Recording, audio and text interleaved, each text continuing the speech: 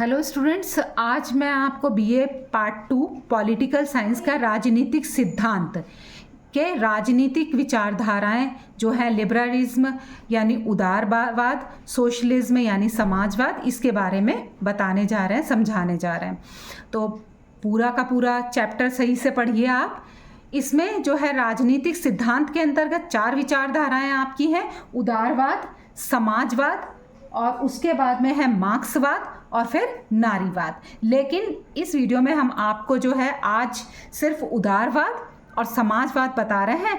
Next video में हम आपको जो है वो मार्क्सवाद और नारीवाद के बारे में बताएंगे। ये राजनीतिक सिद्धांत जो है वो हमने जब आपको बताया था सारा का सारा सिलेबस, तो उसमें हमने आपको बताया था कि ये आपका फर्स्ट पेपर है। तो सबसे पहले ये राजनीतिक सिद्धांत जो आपका फर्स्ट पेपर है, इसको ही हम समझा रहे हैं, बता रहे हैं। पहला हमने कई इसमें जो है वो डाल भी दी हैं वीडियोस, जो आप लोग देखते रहिए। ये पॉलिटिकल साइंस का बहुत इंपॉर्टेंट चैप्टर है, उदारवाद और समाजवाद। ठीक है, तो जो टॉपिक है वो विचारधाराओं से रिलेटेड है और इसको हम बहुत विस्तार से आपको समझाएंगे।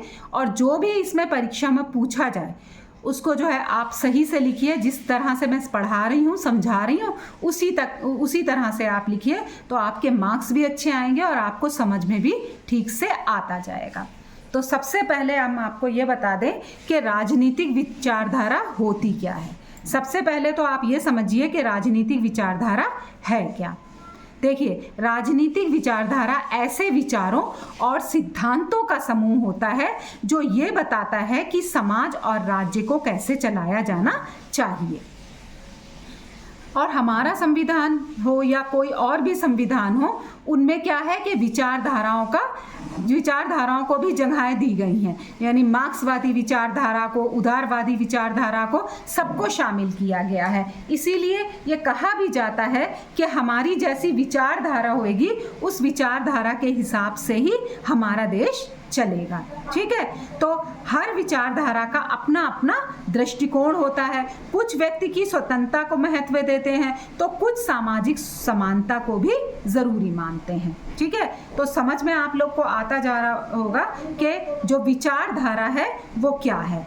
आराम से आप इसको सुनते जाइए कि विचारधारा है क्या। सबसे पहले जो है वो उदारवाद, लिबरलिज्म इसको बोलते हैं। तो इसको भी समझ लीजिए कि ये है क्या।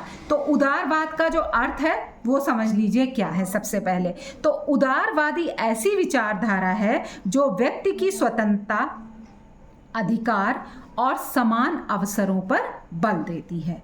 इसका नाम ही आप सुन रहे होंगे कि उदार यानी उदारता, इसके अंदर उदारता है। इस विचारधारा में उदारता झलकती है। तो उदारवाद जो है वो एक ऐसी विचारधारा है जो व्यक्ति की स्वतंत्रता, अधिकार और समान अवसरों पर बल देती है। इस विचारधारा के अनुसार व्यक्ति राज्य से अधिक महत्वपूर्ण है। जब व्यक्ति नहीं होएगा तो राज्य का क्या ही औचित्य है। तो इसका मतलब राज्य के अस्तित्व के लिए व्यक्ति का होना अनिवार्य है। तो व्यक्ति को क्या माना जाता है? व्यक्ति को राज्य से अधिक महत्वपूर्ण इस विचारधारा के अंतर्गत माना जाता है। राज्य का काम लोगों की स्वतंत्रता की रक्षा करना माना जाता है। उदारवाद क्या मानता है? उदारवाद मानता है कि राज्य का काम लोगों की स्वतंत्रता की रक्षा करना है। अब देख लीजिए कि उदारवाद की प्रमुख विशेषताएं क्या क्या हैं। बहुत ध्यान से इसको पढ़िए। इसका हर साल एक क्वेश्चन आपको बीए पार्ट 2 पॉलिटिकल साइंस में ज़रूर मिलेगा। तो इसलिए जो ये आपकी उदारवाद की जो प्रमुख विशेषताएं हैं, इनको बहुत आराम से देखिए, बहुत आराम से पढ़िए, क्योंकि इसका एक क्वेश्चन हर साल लगभग आता है। तो इसकी जो विशेषताएं हैं उसमें सबसे पहली विशेषता है व्यक्तिगत स्वतंत्रता। यानी उदारवाद व्यक्ति को बोलने, लिखने और सोचने, कार्य करने की स्वतंत्रता देता है। अब एक बार फिर से सुन लीजिए कि उदारवाद की सबसे पहली विशेषता है कि व्यक्तिगत स्वतंत्रता। उदारवाद व्यक्ति को बोलने, लिखने, सोचने और कार्य करने की स्वतंत्रता देता है। नेक्स्ट देखिए कि इसकी कौन सी जो है वो विशेषता है? सीमित सरकार। उदारवाद क्या कहता है कि सरकार सीमित होनी चाहिए। उदारवाद मानता है कि सरकार का हस्तक्षेप बहुत कम होना चाहिए। उदारवाद क्या मानता है कि सरकार का हस्तक्षेप जो है वो बहुत कम होना चाहिए। थर्ड आपका आता है कानून का शासन। उदारवादियों का मानना है कि कानून का शासन होना चाहिए लेकिन सरकार का हस्तक्षेप कम होना चाहिए। सभी लोग कानून की दृष्टि में समान होने चाहिए। और क्या कहता है कि ये लोकतंत्र का बहुत बड़ा समर्थक है। उदारवाद जो है वो लोकतंत्र का बहुत बड़ा समर्थक माना जाता है। उदारवाद लोकतांत्रिक प्रणाली का समर्थन करता है। निजी संपत्ति पर अधिकार मानता है उदारवाद। उदारवादी विचारधारा का मानना है कि निजी संपत्ति पर अधिकार होना चाहिए, यानी व्यक्ति को संपत्ति रखने, व्यापार करने की पूर्ण स्वतंत्रता होनी चाहिए। उदारवाद के जो मानने वाले हैं उनका मानना है कि वो जितनी चाहे संपत्ति रखें, उनके पास निजी संपत्ति होना चाहिए, व्यापार करने का उनके पास राइट होना चाहिए, व्यापार करने की उनको स्वतंत्रता मिलनी चाहिए। ठीक है, तो ये हो गई आपकी उदारवाद की विशेषताएं। अब देखिए इसके विचारक कौन कौन हैं। उदारवाद के प्रमुख विचारक हैं जॉन लॉक, J.S. मिल और एडम स्मिथ। इन विचारकों ने स्वतंत्रता और व्यक्तिगत अधिकारों को बहुत महत्वपूर्ण माना है। ठीक है, तो उदारवाद की ये विशेषताएं आपको समझ में आ गई होंगी। अब आता है सोशलिज्म यानी कि समाजवाद। अब समाजवाद के बारे में देख लीजिए कि क्या है कि समाजवाद का सबसे पहले कि अर्थ क्या है समाजवाद का। तो समाजवाद ऐसी विचारधारा है जो सामाजिक और आर्थिक समानता पर बल देती है। समाजवाद कैसी विचारधारा है? समाजवाद ऐसी व्यवस्था लाना चाहती है जिसमें सामाजिक और आर्थिक समानता हो। इस विचारधारा के अनुसार समाज में धन और संसाधनों का वितरण समान रूप से होना चाहिए। क्या मानती है ये विचारधारा? कि धन और संसाधनों का समान वितरण होना चाहिए। अब इसकी भी विशेषताएं क्या हैं, इनको भी जरा ध्यान से सुन लीजिए। समानता पर बल। समाजवाद जो है वो किस पर बल देता है? समाजवाद बल देता है समानता पर। समाजवाद अमीर और गरीब के अंतर को कम करना चाहता है। समाजवाद समानता पर बल देता है, समाजवाद अमीर और गरीब के अंतर को कम करना चाहता है। दूसरा नंबर इसका आता है, जो मुख्य विशेषता है वो है सामूहिक हित, यानी कि समाजवाद में व्यक्तिगत लाभ से अधिक समाज के हित को महत्व दिया जाता है। यही बात जो है वो आपका उदारवादी लोकतंत्र कहता है। उदारवादी विचारधारा के लोग भी यही लगभग कहते हैं। इसी तरह से समाजवादी भी ये कहते हैं कि व्यक्तिगत लाभ से अधिक समाज के हित को महत्व दिया जाता है। उसमें व्यक्ति को जो है वो हित माना जाता है कि व्यक्ति का हित पहले है, राज्य का हित बाद में है। किसमें? आपका जो उदारवादी विचारधारा है इसमें क्या होता है कि व्यक्ति को ये मुख्य मानते हैं और राज्य को अलग मानते हैं, यानी कि राज्य का नहीं, पहले सबसे पहले व्यक्ति का हित मानते हैं। ये इसमें क्या है, इसमें ये समाज का हित मानते हैं। इसमें ये मानते हैं कि समाज में व्यक्तिगत लाभ से अधिक समाज का हित होना चाहिए, यानी पूरे समाज का हित होना चाहिए, किसी का व्यक्तिगत हित इसमें नहीं होना चाहिए। तो इसकी एक विशेषता हो गई समानता पर बल, और दूसरा क्या है? सामूहिक हित इसमें माना जाता है, यानी पूरे समाज का हित। तीसरा आपका जो मुख्य विशेषता है वो आती है सरकारी नियंत्रण, यानी मुख्य उद्योगों और संसाधनों पर सरकार का नियंत्रण होना चाहिए, क्योंकि ये मानते हैं कि पूरे समाज का हित मानते हैं, यानी पूरे किसी का निजी हित नहीं होना चाहिए, यानी व्यक्तिगत हित को ये सर्वोपरि नहीं मानते हैं। ये मानते हैं, इस विचारधारा के लोग मानते हैं कि इसमें उद्योगों और संसाधनों पर सरकार का नियंत्रण होना चाहिए। शोषण का विरोध करते हैं। समाजवाद मजदूरों और गरीबों के शोषण का विरोध करता है। सामाजिक न्याय, हर व्यक्ति को शिक्षा, स्वास्थ्य और रोजगार के समान अवसर मिलने चाहिए, ऐसा किस विचारधारा में माना जाता है? सामाजिक, यानी कि समाजवाद। समाजवाद में समाजवादी जो विचारधारा है उसके लोग मानते हैं कि हर व्यक्ति को शिक्षा, स्वास्थ्य और रोजगार के समान अवसर मिलना चाहिए, ये सामाजिक न्याय है। तो समाजवाद के जितने भी लोग हैं वो भी समाज में एक ऐसी व्यवस्था लाना चाहते हैं जिसमें व्यक्ति को शिक्षा, स्वास्थ्य और रोजगार के समान अवसर मिले। अब इसके जो विचारक हैं उनके बारे में जान लीजिए कि कौन कौन इसके विचारक, मुख्य विचारक माने जाते हैं। तो समाजवाद के प्रमुख विचारक हैं कार्ल मार्क्स, फ्रेडरिक एगल और रॉबर्ट ऑन। इन विचारकों ने आर्थिक समानता और श्रमिक अधिकारों पर बल दिया है।